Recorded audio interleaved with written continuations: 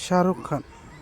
শাহরুখ বলিউডের কিং ও কিং খান হিসেবে পরিচিত। শাহরুখ খান ৯০টির অধিক চলচ্চিত্রে অভিনয় করেছেন। তিনি অসংখ্য পুরস্কার অর্জন করেছেন।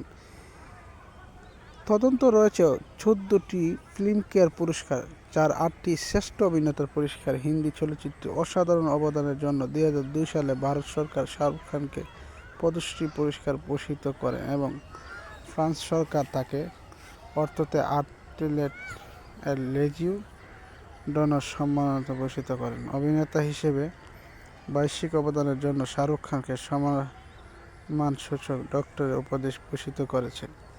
স্কটল্যান্ডের প্রাচীন বিশ্ববিদ্যালয় এডিনবরা বিশ্ববিদ্যালয়ে এশিয়ান এবং বিশ্বব্যাপী তার প্রায় ২.২ মিলিয়ন ভক্ত রয়েছে এবং তার মোট অর্থ সম্পদের পরিমাণ ৭,৩০০ কোটি রুপি। শাহরুখ খানের প্রথম চরিত্রে প্রথম কাজ ছিল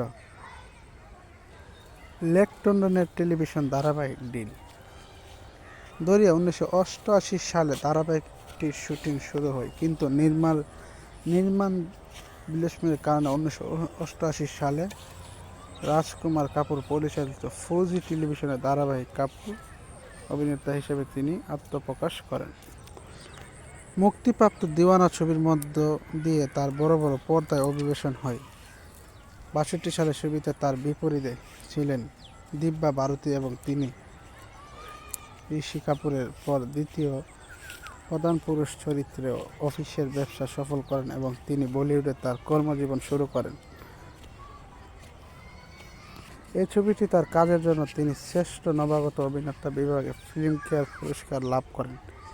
একই বছর মুখ্য চরিত্রে তার পঞ্চম চরিত্র মুখ্য জেন্টলম্যান মুক্তি পায়।